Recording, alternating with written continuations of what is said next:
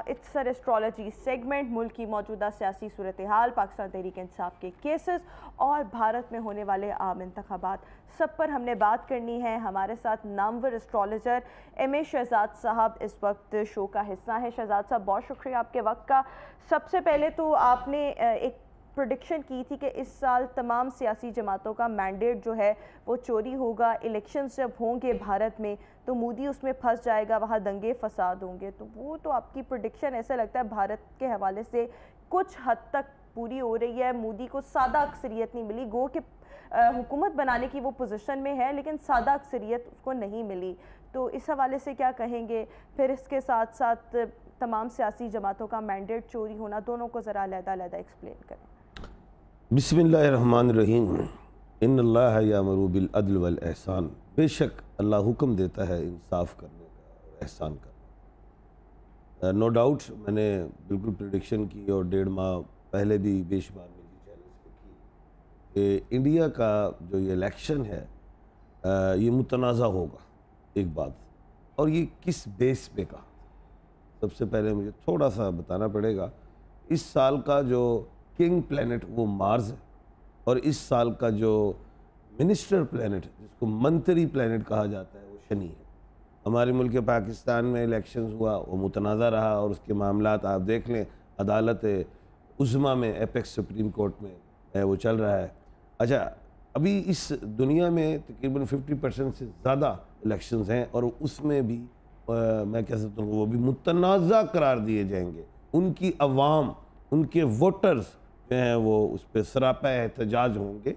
अभी जो करंटली ये जो इलेक्शन हुआ जो 4/5/2024 को, जिसका पता चल गया कि जी कौन बनेगा प्रधानमंत्री, लेकिन उसकी डेट को भी काउंट करो तो 9 बनता है। इस साल का जो बादशाह प्लेनेट है मंगल और उसका डिजिट 9 है और 9 जो है वो भी लड़ाई का घर होता है मंगल के हवाले से। और मंगल जो है जिसको मार्स कहते हैं उसको मैं सपाई सियारा, फौजी सियारा, जंगजू सियारा कहता हूँ। और इसी बुनियाद पे ये मैंने कहा था कि 19 मई तक बच जाओ, नहीं तो मुल्क में या दुनिया में कोई बहुत बड़ा प्रॉब्लम आएगा जिसमें सदर रईसी साहब जो हैं वो शहीद हो गए।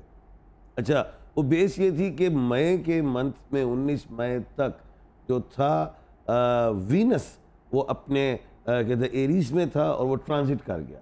अच्छा, पहले हम इंडिया की बात करते हैं। इंडिया में उसका मोदी जी का नारा था अब के बार 400, ठीक है, लेकिन 400 का जो डिजिट क्रॉस किया था वो इंदिरा गांधी के जो बेटे थे राजीव गांधी, वो 415 गालबन ले गए थे। तो वो मैंने एक बड़ा मुकम्मल प्रोग्राम किया था और मैंने बताया था कौन कौन सी रियासतों में क्या होगा। और इस दफ़ा मोदी जी जो हैं वो 300 का डिजिट क्रॉस नहीं कर गए, बल्कि जो पिछली दफा उनकी नशस्तें थी इस दफा कम नशस्तें कम हो गई। और जो उनके ओपोनेंट्स इत्तेहादी जमात है, कांग्रेस की इत्तेहादी जमातें, उनकी ज़्यादा हैं पहले के मुकाबले में। जी हाँ, क्योंकि कांग्रेस ने इंडियन अलायंस के साथ मिलकर मुकाबला लड़ा और इंडियन अलायंस जो है एरीज के अल्फ़ाबेट है, अलिफ आइन लाम ये, और एरीज के अंदर मार्स आ चुका है जिसमें जंग हुई। कहने का मतलब ये है कि प्रधानमंत्री जो है या प्राइम मिनिस्टर ऑफ इंडिया वो बनने ज़रूर जा रहे हैं। लेकिन एक मैंने पेशन गोई की थी गालबन आपके चैनल पे या किसी और चैनल्स पे भी, कि इस दफ़ा इंडिया में मैंडेट चोरी किया जाएगा। उनका election commission of India Modi ji के साथ होंगे, उनके बिजनेसमैन टाइकॉन्स जो है उनके साथ होंगे और अदारे खरीद लिए जाएंगे। और वैसे ही हुआ। और आप कल परसों से सुन रहे हैं कि वो राहुल गांधी जो है या केजरीवाल जो है वो भी इसी तरह ही बयान दे रहे हैं। अब चले जो हो गया, आगे की पेशन गोई क्या है मेरी इंडिया के हवाले से, जो प्रिडिक्शन है। देखिए, इंडिया की एक जमहूरियत बड़ी मजबूत है, वो अपनी मुद्दत पूरी करती है। हमारे मुल्क में अक्सर वो हम अपनी मुद्दत पूरी नहीं कर पाते, वहाँ हमेशा ही मुद्दतें पूरी होती हैं। पाकिस्तान में नहीं, हमारे मुल्क में नहीं। वो जमहूरियत वजारत उज़्मा इतनी मजबूत नहीं रही 1947 से आज तक, लेकिन उधर पूरी होती है। यहाँ पे हाँ सदर हो जाते हैं 5 साल, लेकिन वजारत उज़्मा नहीं। मोदी जी के लिए मैं एक अहम बात बता रहा हूँ, उनको बड़ी सख्त और टफ अपोजिशन मिल गई है। और जब कानून साजी का मामला आएगा तो वहाँ पे वो जाएंगे फंस, नंबर 1। नंबर 2, क्योंकि 2/3 मेजॉरिटी तो चाहिए होती है। और दूसरी तरफ अगर हम देखें कानून साजी में जब कोई भी अमेंडमेंट करना चाहिए, उनका नारा ये भी था कि मैं दस्तूर और कॉन्स्टिट्यूशन में कुछ अमेंडमेंट्स करूंगा। और राहुल गांधी भी अपना कॉन्स्टिट्यूशन ले आए और उन्होंने कहा जी हमारी आवाम ने, वोटर्स ने हमारा कॉन्स्टिट्यूशन बचा दिया। हमारे मुल्क पाकिस्तान में कॉन्स्टिट्यूशन की लड़ाई चल रही है और वो देखते हैं जी। अब आप दूसरा सवाल कीजिए। बिल्कुल ठीक हो गया, लेकिन आपने ये कहा कि मोदी जो है वो प्राइम मिनिस्टर बन जाएंगे, लेकिन इनका मैंडेट जो है वो जिस तरीके से अभी हम देख लें वो चोरी होगा या ये इंतखाबात भी कंट्रोवर्शियल रहेंगे। आगे बढ़ते हुए पाकिस्तान में आपको लगता है कि बाकी जमातों का मैंडेट जो है वो चोरी हो रहा है? देखिए हमारे मुल्क में एक बात या हो चुका है। एक बात बड़ी खूबसूरत बताऊं कि ये साल 2024 इस तमाम डिजिट्स को काउंट करो तो बनता है 8। 8 लड़ाई का है, शनि का है, और 8 अप्रैल को सूरज ग्रहण हुआ। और दूसरी चीज़ अगर मैं एक और बात बता दूं, जो नेक्स्ट चांद ग्रहण जो होना है वेस्ट में, वो डेट भी जो है वो उसको तमाम डेट को अगर हम जब काउंट करेंगे तो भी 8 बनेगी। लेकिन खैर हमारी बड़ी ईद भी जो है मेरे ख्याल से 17 को आ रही है, वो 1 और 7 8 बन जाएगा, अल्लाह खैर रखे। पहले मैं इंडिया वाले मामले को ज़रा कंप्लीट कर दूं, एक प्रिडिक्शन देना चाह रहा था उसमें। वो ये है कि अदम एतमाद उनको पड़ेगा अगले साल या उससे अगले साल। अच्छा, ये मोदी के खिलाफ तहरीक अदम एतमाद आ सकती है ये, क्योंकि ये साल तो वो काट लें अपनी शनि और मंगल की ताकत से, लेकिन आगे उनको मुश्किल होगी। अब हम अपने मुल्क की तरफ आते हैं। मुल्क पाकिस्तान में भी मैंडेट के हवाले से बात हो रही है, और जिसका जाहिर है वक्त से पहले तो पेशन गोई नहीं कर, वो क्या कहते हैं, मैं वो अदालती बात नहीं करूँगा, लेकिन जफ़र से पेशन गोई ज़रूर करूँगा। वो ये है कि डेट पड़ गई 24 क्या कहते हैं जून की, और कल आपने देखा कि जस्टिस साहबान भी आपस में उनकी गुफ्तगू रही वोट के हक़ के हवाले से, आइन के हवाले से। मैंने एक पेशन गोई की थी कि इस साल में जो मंगल है एरीज के अंदर 1 जून के अंदर आ गया है, और एरीज बहुत ज़्यादा पावर लेगा। और एरीज के जो अल्फ़ाबेट हैं वो अलिफ, आइन, लाम और ये, जिनको वॉवल्स कहते हैं, AEIOU LNY। अब अदालत उज़्मा डबल आइन की मालिक है, अदालत आलिया डबल आइन की मालिक है। तो मैं कहता हूँ उधर से भी बड़े दबंग फैसले आएंगे। अब ये फैसले किसके हक में आएंगे? पहले तो आइन की बालादस्ती, कानून और अवाम की उमंगों के मुताबिक आएंगे। तो मैं ये समझता हूँ कि जो मखसूस नशिस्तें हैं जिसको बैतुल माल समझ के क्या कहते हैं दूसरी जमातों ने हासिल कर ली, अगर PTI, ये पेशन गोई है, अगर PTI या सुन्नी इत्तेहाद कौंसल को सीट्स ना मिली तो दूसरी जमातों को भी नहीं मिलेंगी, आईन आड़े आ जाएगा। ये कैसे हो सकता है कि दूसरी जमातों को भी नशिस्तें ना मिले? कह दिया ना, आईन आड़े आ जाएगा। ठीक मैंने तो बात ही कर दी, यानी कि वो क्या कहते हैं, वो चाबी मुख्तसर बात कर दी मैंने, बड़ी लॉजिकल बात कर दी। हाँ, अच्छा ठीक हो क्या। और वैसे चांसेस क्या है कि पाकिस्तान तहरीक इंसाफ को या सुन्नी इत्तेहाद काउंसिल को मखसूस नशिस्तें मिल सकती हैं? 51 बल्कि 60% चांस इन्हीं का है, और 0% चांस उनका है, क्या कहते हैं, बाकी जमातों का, और 40% चांस है कि दोनों को ना मिले। 40% चांस है, यानी कि आपने प्रेडिक्शन कर दी, ज़्यादा चांसेस इन्हीं को मिलने के, ना हुआ तो फिर किसी को भी नहीं मिलेंगी। लेकिन किसी को भी नहीं मिलेंगी तो फिर वहाँ पे कानून हरकत आड़े आ जाएगा। हाँ, आपने फिर इसको तो दोबारा कानून, क्योंकि कल चीफ जस्टिस साहब ने भी ये बात की है कि इस तरह का तो कोई कानून जो है वो अभी तक कानून बनाने वालों ने नहीं लिखा कि किसको नशिस्तें जो हैं वो दी जाएं। अगर 2 सियासी जमातें लेट्स सपोज ऐवान में आती हैं तो फिर और बाकी सारे इंडिपेंडेंट्स होते हैं, तो मखसूस नशिस्तें कैसे डिवाइड हों, तो इस हवाले से कानून में कुछ नहीं लिखा। बट खैर एनी हाउ आगे बढ़ेंगे। एक बात बता दूं इसमें थोड़ी सी कि 7-6 का फैसला आ सकता है, 8-5 का आ सकता है, इस तरह का फैसला आ सकता है। बिल्कुल ठीक हो गया, यानी मेजॉरिटी एक साइड पर होगी और माइनॉरिटी एक साइड पर होगी। इसके साथ साथ अगर हम खान साहब पर केसेस देखें तो इस्लामाबाद हाई कोर्ट से उनको मुसलसल हम रिलीफ मिलता देख रहे हैं।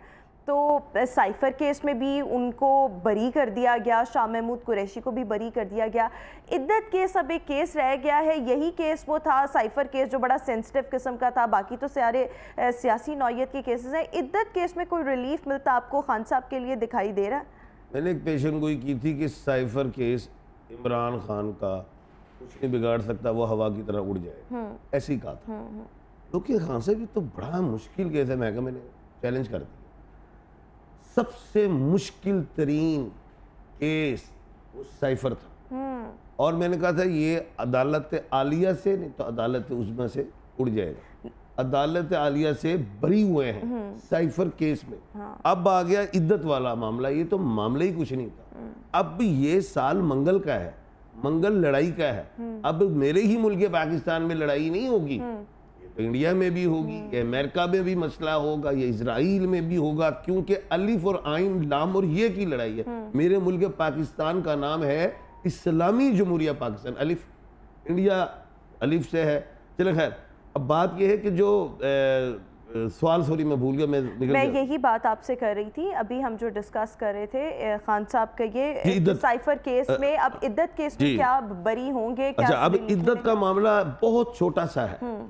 अब जिस दिन वो हंगामा आराई हो गई कोर्ट में, तो उधर वकला हजरात को मैंने हमेशा बारहा कहा कि जो निचली कोर्ट्स होती हैं वहाँ पे जो हमारे वकला हजरात होते हैं, मैं खुद भी एडवोकेट हूँ, उनको बड़ी शांति के साथ और प्रोसीजर को अडॉप्ट करना चाहिए, एग्रेसिव नहीं होना चाहिए। एग्रेसिव हो गए, उस दिन खान की बेल हो जानी थी और एग्रेसिव चाहे वकला हुए और जज साहब जो है फैसला दे देते इमरान खान के हक में। हुकूमत ने कहना था दबाव में दिया, तो इसलिए उन्होंने अपने हाथ उठा लिया और कहा कि जी हाई कोर्ट फैसला करें कि अब मैं इससे माजरत करता हूँ। तो फिर उन्होंने हाई कोर्ट ने यानी कि जज चेंज कर दिए। अब बात यह है फैसला फिर भी इमरान खान के हक में आएगा इद्दत वाले मामले में, और इद्दत में अगर हम इस्लामी हवाले से चले, इद्दत की गवाही मर्द के अलावा मर्द नहीं दे सकता, औरत देती। तो खान बहुत स्ट्रॉन्ग है। बात यह है हुकूमत को या जो भी खान साहब के मुखालिफिन हैं वो परेशान हैं कि बड़े बड़े केसों से निकल के नया केस क्या डाला जाए। तो हो सकता है कि इस महीने कोई और बड़ा केस आ जाए, लेकिन जो पंजाब गवर्नमेंट अगर कुछ करना भी चाहती है और बिल जो है वो गवर्नर साहब अगर पास भी करते हैं, लेकिन उससे पहले जो है पीटीआई की लीगल टीम अदालत आलिया जा चुकी है। नहीं, लेकिन देखें अब तो वो इद्दत वाला केस भी उड़ जाएगा। केस में मिला है पाकिस्तान तहरीक-ए-इंसाफ को इस्लामाबाद हाई कोर्ट से, अगर हुकूमत इसको चैलेंज सुप्रीम कोर्ट में करती है तो सुप्रीम कोर्ट में आपको क्या लगता है मौजूदा चीफ जस्टिस की मौजूदगी में क्या रिलीफ मिल सकता है पाकिस्तान तहरीक-ए-इंसाफ को? पहली बात तो मैं आपको बताऊं, जितने भी जस्टिस साहबान होते हैं, ऑनरेबल जस्टिस साहबान, वो कस्टोडियन ऑफ द कॉन्स्टिट्यूशन होते हैं, दस्तूर के मुहाफिज। उन्होंने जो फैसला करना होता है वो आइन कानून के मुताबिक। अब जितने भी जस्टिस साहबान हैं वो आइन और कानून के मुताबिक फैसला देंगे, और आप ये देख लीजिएगा पेशन गोई में अगर सुप्रीम कोर्ट भी जाते तो वहां से भी खान क्लियर। बिल्कुल ठीक। अच्छा, खान साहब जो है वो जेल से कब तक बाहर आ सकते हैं? देखें, अभी इद्दत वाला इस हवाले से आपकी क्या प्रेडिक्शन है? अभी इद्दत वाला मामला है, पूरी कौम जाहिर है ओवरसीज पाकिस्तान भी इस वक्त परेशान होंगे कि खान शायद हमारे साथ ईद मनाएं, तो अभी नहीं मनाएंगे। ये मामला थोड़ा तूल पकड़ गया है, 1-1.5-2 महीने आगे जाएगा। कब जेल से कब तक बाहर आ सकते हैं? मैंने कहा था ना 1-1.5-2 महीने आगे जाएगा ये मामला। आगे जाना और जेल से बाहर आना दोनों में फर्क है। इट विल बी पॉसिबल कि ये निकल आए तमाम केसेस में। जून चल रहा है अभी, जुलाई अगस्त अल्लाह करे कि हमारे मुल्क के पाकिस्तान में वो क्या कहते हैं झंडा लहराए, हम इकट्ठे आज़ादी मनाएं। अच्छा ठीक है। और एक और चीज़ कि इस वक्त अगर हम देखें तो जुडिशरी और जो हमारे इदारे हैं दोनों एक पेज पर नहीं, जुडिशरी की तरफ से और फैसले आ रहे हैं और इदारों की क्या स्ट्रैटेजी है वो भी हम देख रहे हैं, या किस अंदाज में चीज़ों को आगे लेकर जाया जा रहा है। इसमें जीत किसकी आपको नज़र आती है? Who is going to win? देखिए, मैं ये कहता हूँ कि रियासत जो होती है, एक मुल्क की जो भी रियासत है वो अवाम से बनती है, और अवाम नहीं तो रियासत नहीं, और जो अदारे होते हैं वो बाप होते हैं। इस साल का मैं फिर रिपीट कर रहा हूँ कि अल्फाज जो है मंगल के, एरीज के, वो अलिफ आइन लाम ये हैं, तो अलिफ आइन लाम ये आपस में उलझाव का शिकार रहेंगे। बिल्कुल ठीक हो गया। अच्छा, कल जो है वो पाकिस्तान का मैच है अमेरिका के साथ T20 वर्ल्ड कप के लिए, इसके लिए आपकी क्या प्रेडिक्शन क्या है मैच को लेकर? ज़रा सियासत से भी आगे बढ़ते हैं, एक और मामला मैंने ये अब बताना तो पड़ेगा। अब कल डेट है 6 जून 6/6/2024, 8, 9, 10 और 10, 20 हो गए। 6 6 12 13 14 15 16 17 18 19 20 2 नंबर बेसिकली बख्त का होता है, सॉरी नबी करीम सल्लल्लाहु अलैहि वसल्लम का नंबर है। तो अमेरिका इज़ आल्सो अलिफ और पाकिस्तान आल्सो ये कह लें अलिफ में ही है। अल पाकिस्तान भी हम अरबी में कहते हैं, इस्लामी जमहूरिया पाकिस्तान। कांटेदार मुकाबला है। बाबर आजम जो हैं वो नाम से टॉरस के मालिक हैं और उनके हाउस में वीनस आ चुकी है। इधर बस एक एडवाइस है उस बाबर आजम के साथ, वो एक नया एक बच्चा है, वो लेजेंड बनेगा फ्यूचर में, साइम अयूब। एस और बी की जोड़ी, अल्फाबेटिकल बता रहा हूँ, नॉलेज दे रहा हूँ, फार्मूला है SNBWZ। ये 5 ऐसे अल्फाबेट है जो बाबर आजम के साथ अगर ओपनिंग करें तो अच्छी परफॉर्मेंस देंगे। तो और खैर मुकाबला जीत कौन सकता है? कांटेदार मुकाबला तो होगा, लेकिन जीत किसकी? अच्छा, हमारे मुल्क पाकिस्तान की टीम बड़ी मजबूत है, तो मैं समझता हूँ मुकाबला टफ है, लेकिन इसमें एक बात मेरे से मिस हो रही है, क्योंकि इसमें प्रेडिक्शन देते हो कि मेरे पास अमेरिका के कप्तान का नाम नहीं। अच्छा, नहीं है तो इसलिए नहीं आप बता सकते, मुश्किल हो गई। अच्छा, और पाकिस्तान और इंडिया का मैच? पाकिस्तान और इंडिया के जो कप्तान हैं उनका नाम है रोहित शर्मा और हमारे कप्तान का नाम है बाबर आजम। ये बड़ी टेक्निकल बात करने लगे और वो तारीख है 9 और इस साल का मैंने मंगल बादशाह बताया और 9 नंबर भी बताया था। बहुत बड़ा कांटेदार मुकाबला है। यहाँ पे पाकिस्तान को एज हासिल है। न्यूयॉर्क में न्यू जो है नून स्कॉर्पियो का अल्फाबेट है, 9 नंबर। यॉर्क आल्सो एरीज का 9 नंबर, 9 तारीख 9 नंबर।